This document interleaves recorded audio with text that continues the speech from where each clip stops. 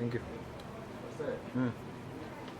অভিযানে এরা আমাদের মধ্যে যারা একদম আম্বেদকর জিবি আইজিএম মিলাইয়া নিয়োগ করতে এনা বা ডিআরবি নিয়োগ করলো, তো ইয়ানো 410 আর যারা ঘুরছি তারা 400 একটা ফাঁক সেই হিসাবে 10 বছর কমপ্লিট ওয়ার্ক করে 2018 সনে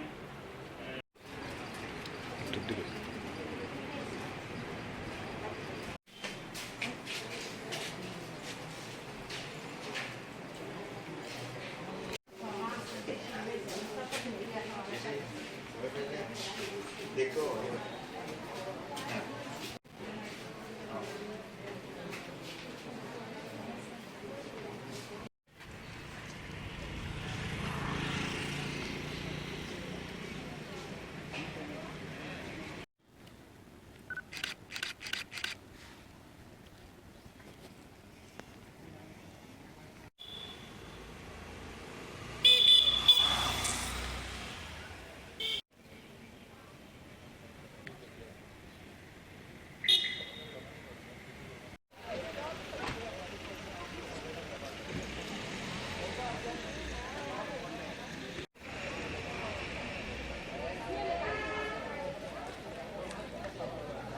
আমরা স্বাস্থ্য বিভাগে অনিয়মিত কর্মচারীর পক্ষ থেকে আজকে 9 দফা দাবি আমাদের স্বাস্থ্য অধিকর্তার নিকট আমরা দিয়েছি।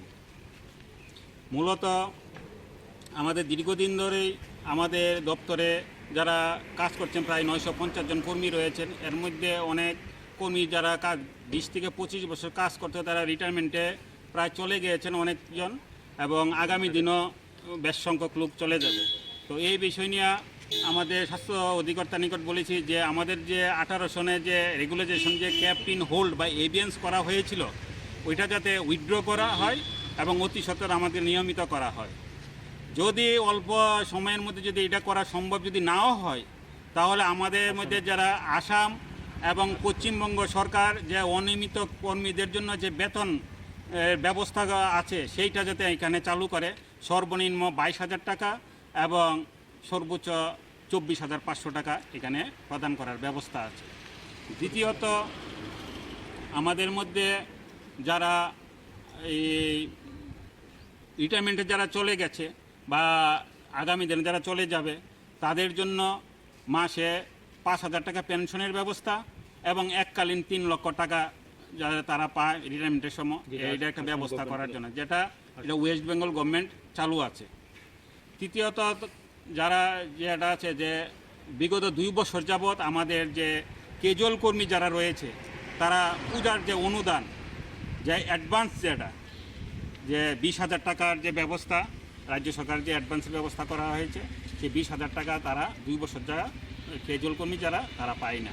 তো আমরা চাই যেটা বন্ধ করে দেওয়া হয়েছে বিগত 2 বছর, এটা যাতে পুনরায় যাতে এটা চালু করা হয়, এর জন্য আমরা অধিকর্তার নিকট আমরা আবেদন জানিয়েছি।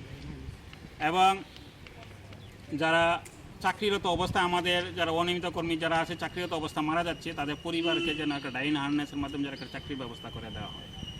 আমাদের মধ্যে যারা গ্রুপ অনেক ডিআরডব্লিউ, ডিআরবি এবং কেজুয়ালের মধ্যে যারা আছে তারা অলরেডি গ্রুপ সি হয়ে গেছে, কিন্তু ডিআরবির মধ্যে অনেক রয়েছেন কর্মী রয়েছেন যারা মাধ্যমিক বা মাধ্যমিকের উপরে যাদের কোয়ালিফিকেশন তারা গ্রুপ সিতে তারা উত্তীর্ণ হয়নি, তাদেরকে যাতে উত্তীর্ণ করা হয় এর জন্য আমরা একটা আবেদন রেখেছি। আমাদের মধ্যে যারা বিশেষ করে রাজ্যের বিভিন্ন প্রাইভেট সেক্টরগুলিতে অনেক যেসব কর্মী নিয়োজিত আছে তাদের জন্য ইএসআই এবং পিএফ প্রভিডেন্ট ফান্ডের ব্যবস্থার জন্য রাজ্য সরকার তাদেরকে নির্দেশ দিয়েছে এবং এটি তারা ব্যবস্থা আছে। কিন্তু আমরা একটা স্বাস্থ্য দপ্তরে সরকারি দপ্তরে দীর্ঘদিন ধরে কাজ করছি, কিন্তু এখানে কোনো কিছু নাই, ইন্স্যুরেন্সের ব্যবস্থা নাই আছে, ইএসএর কোনো ব্যবস্থা। সুতরাং আমরা রাজ্য সরকারের কাছে এবং তথা আমরা স্বাস্থ্য দপ্তরের কাছে আমরা সেটা আবেদন জানিয়েছি, এটা যাতে বিবেচনা করা এবং এটা যাতে অতি সত্বর যাতে এটা আমাদেরকে এটার জন্য একটা ব্যবস্থা করে। তো এই বিষয় নিয়ে সেটা আমাদের আজ স্বাস্থ্য অধিকর্তার নিকট আমরা ডেপুটেশন দিয়েছি। স্বাস্থ্য অধিকর্তা সেই ডেপুটেশন উনি আমাদের যথাযথ যুক্তিগ্রাহ্য বলে মনে করেছেন এবং ওই বিষয়গুলি ঊর্ধ্বতন কর্তৃপক্ষের নিকট আগামী কিছুদিনের মধ্যেই তুলে ধরবেন। পরবর্তী সময়ে আমরা এটা জানতে পারব। আপনার পরিচয়টা? আমি রতন দেবনাথ, ত্রিপুরা স্বাস্থ্য বিভাগ অনিয়মিত কর্মচারী বৃন্দে সম্পাদক। Thank you. আমরা প্রথমেই আজকে এখানে ডেপুটেশন দিয়েছি, কিন্তু ডেপুটেশনের মাধ্যমে এবং আপনাদের যারা মিডিয়ার মাধ্যমে আপনারা বরাবরই আমাদেরকে সাহায্য সহযোগিতা করে থাকেন, সেখানে অনিয়মিত কর্মচারীদের পক্ষ থেকে আমি আজকে আমাদের মাননীয় মুখ্যমন্ত্রী, যিনি নাকি এই দপ্তরের মন্ত্রী এবং ওনার সঙ্গে আমরা বহুদিন কাজ করেছি, আমরা ওনার কাছে একদম বিনম্র অনুরোধ করব এবং খুব বেশি আশা আকাঙ্ক্ষা রাখি ওনার উপরে, ওনার কাছে অনুরোধ করব উনি যেন আমাদেরকে নিয়মিত করে দেন। এর আগেও ওনার সাথে আমরা দেখা করেছি, উনি আমাদের ব্যাপারটা শুনেছেন, উনি বলেছিলেন যে হ্যাঁ আমি তোমাদের জন্য একটা ব্যবস্থা করব। আবারও মাননীয় মুখ্যমন্ত্রীর কাছে আমরা সবাই অনিয়মিত স্বাস্থ্য অনিয়মিত কর্মীরা মাননীয় মুখ্যমন্ত্রীর কাছে অনুরোধ রাখছি, মাননীয় মুখ্যমন্ত্রী মহোদয় আমাদের ব্যাপারটা আপনি একটু দেখেন। কারণ সর্বকালের সর্বশ্রেষ্ঠ মুখ্যমন্ত্রী যদি আমরা কাউকে মানি, আমাদের বর্তমান মুখ্যমন্ত্রী মানিক শাহ মহোদয়কে আমরা মানি। উনি অতি সজ্জন ব্যক্তি, ভদ্র ব্যক্তি, আমাদের অনুরোধটা আশা করি উনি রাখবেন।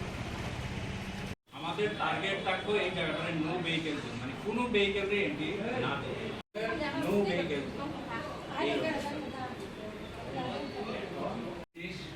আমরা যে সাবজেক্টটাতে আছি, আমরা যে সাবজেক্টটাতে আছি এটাতে আমাদের মধ্যে আমরা সহযোগিতা করব, আপনাদের কাছে সবাই মতামত আমরা সহযোগিতা করব, আমরা কি রাস্তায় বুঝে দেব, সহযোগিতা করে দেব। এতগুলি নমিনি করেছেন, আপনারা কোনোদিন কষ্ট করতে হয়েছে এটারে উঠে দিতে হইব, বা কোনো পার্কিং জোন আছে সেটারে, মানে আপনারা যদি মনে করেন যে কোনো নতুন স্কিম। মশলার দায়িত্বে হাম্বাই গ্রুপ, গুণমানে সেরা, রান্নার ভরসা। হাম্বাই গুরু মশলা সম্পূর্ণ প্রাকৃতিক, অপার গুণ ও উপকারিতায় পরিপূর্ণ। হাম্বাই গুরু মশলা।